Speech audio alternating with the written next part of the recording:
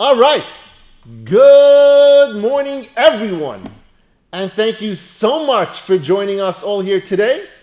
Today's shiur should be Le'ilu Nishmas, our dear friend Menachem ben Yisrael Yaakov, as well as my dear aunt Rivka Bas Gavriel Tzvi, and for Zaidi, Reb Shmuel ben Yosef Dov HaKohen, and B'schus L'Refuah Shalema Bekarov Meshalem ben Sarachal, Miriam Bas Sarah, and Yair Yashir ben Chaya Atara. Now, before we begin today, I just want to say one thing. This is going to be the third round of Shaar HaBitachon that we're doing. And every single time that we do another round, it not only cements in us the idea of needing Bitachon, but it also gives us another level, like we spoke about towards the end of Shaar HaBitachon last week, that we grow on levels from one to another.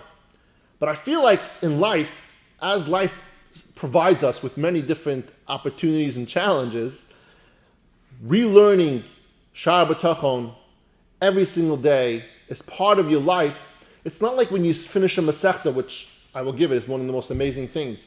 When you finish a Masechta, you move on to the next Masechta, which is great, and then you move on, you finish the whole Shas, and you do it all over again. But over here, it's not about finishing Shaar HaBitachon, it's about reiterating again and again and again. And every single time we reiterate it, it's something that we internalize more and more. And with our ongoing challenges in our lives, and we get to experience more of how our daily study of it, how we internalize it, how it benefits us on a daily basis. So I just wanted to not only congratulate everyone for 2 rounds of Shaar HaBitachon, but just so that you know that also congratulating everybody. I know for myself, and I know from a few of you that I've spoken to many times over the last 6-7 months, how much it's helped your day-to-day, and how much that will continue to grow and strengthen your Bitachon in Hashem. Now, today we get to start Shaar HaBitachon again, and we are starting on the introduction, the Pasicha to Shaar HaBitachon. In Pasicha to Shaar HaBitachon, it follows the first 3 shars. The first 3, so Chovos HaLevavos is the main sefer that has 10 gates of trust, and Shaar HaBitachon, 10 gates of duties of the heart, and Shaar HaBitachon, which is the 4th gate, the 4th shar, and that's what we're talking about over here today. And it's about not only it's about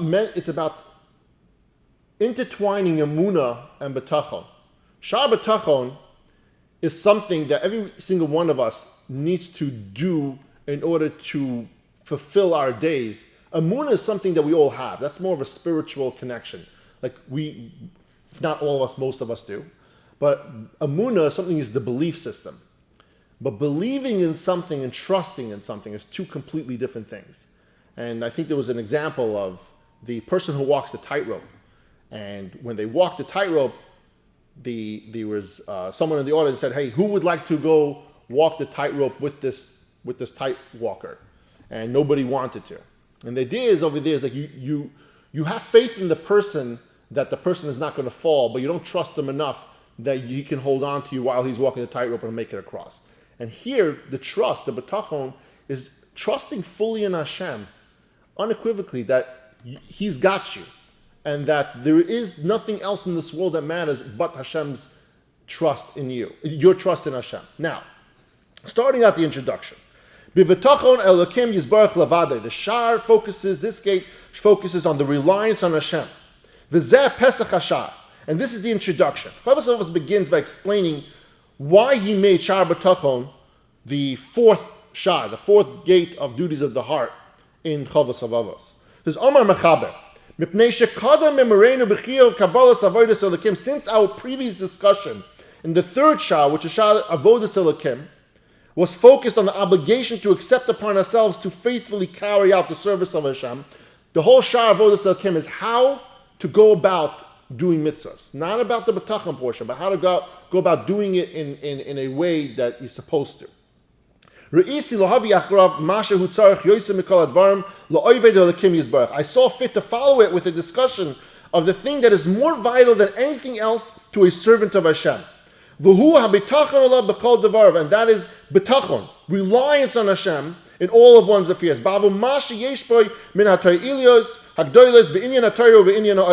Bitachon is vital to every servant of Hashem because it provides a whole bunch of major benefits in regards to spiritual matters and in regards to worldly matters. And he's going to explain all the different spiritual and worldly matters to why having Bitachon helps you and affects you in a positive way. And Chovos HaLevavos proceeds to lay out the detail of the 5 spiritual benefits and then the 5 worldly benefits that follow after that. We say, the following are among the benefits of Bitachon regarding Torah matters. The first spiritual benefit is like this. Mehen. Menuchas nafshoy ubitchonei alakav yizbarach k'moshe eved chay l'toich aladonav. One who experiences peace of mind and reliance upon Hashem is the way of a servant must rely on his master.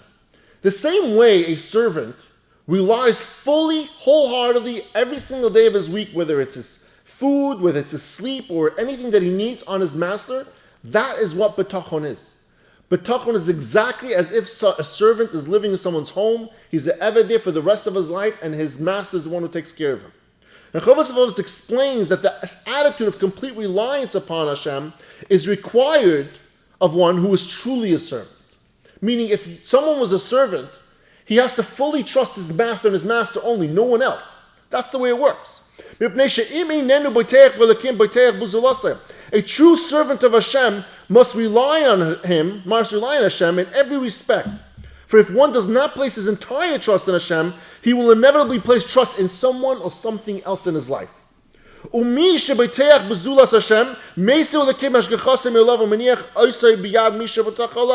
Moreover, if someone places trust in any entity other than Hashem, Hashem withdraws his providence from upon him. Now, I want to tell you, when he says he withdraws, it doesn't mean he withdraws completely. He's alluding over here a bit to a kind of a percentage scale. If you trust in Hashem 50%, then that 50% that you don't trust, Hashem is going to leave it you to trust in that other thing or person that you entrust in. So it's not like Hashem is removing himself from you completely because you're not on all 10 levels of Bitachon. Having caused himself to become dependent on someone other than Hashem, he will be like those of whom it says, in Yirmiyahu, it says, Kishtayim ro'is asa ami oisi, ozvu mikor mayim chayim lachzev lahem ba'oris ba'oris mishbarim. For my people have committed 2 evils. They have forsaken me, the source of living waters, to dig for themselves cisterns, broken cisterns that cannot hold waters. What it was talking about over there is that when you forsake me, meaning you didn't trust me and you took on cisterns, broken vessels. When you don't trust in Hashem and you trust in somebody else, you're putting your trust in something that cannot hold water on its own. It's broken. The only closed, whole system that could definitely hold everything is trust in Hashem. Hashem is the true one, the true power of everything that happens, and therefore the only trust you can have, the comfort that you're looking for, right, the menuchas hanefesh you're looking for, is only in trust in Hashem. Everything else out there is not whole 100% possible for it to hold. Now, as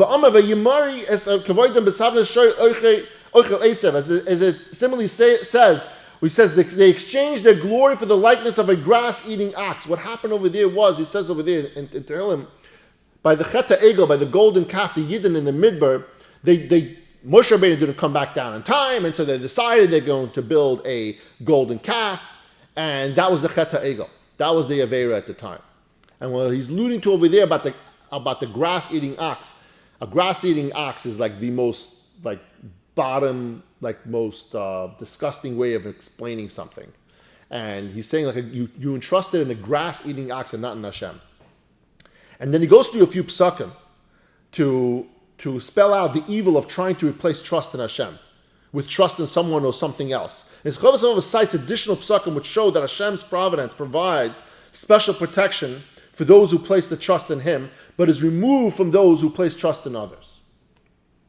And he says, Baruch hageva asher yiftach b'Hashem v'hoya Hashem miftachai. The pasuk also states, blessed is the man who trusts in Hashem, then Hashem will be his security. Because when you put your trust in Hashem, Your security is Him. When you put your trust in someone else, it's kind of indirectly putting your trust in Hashem, but really what you're trusting is a broken system.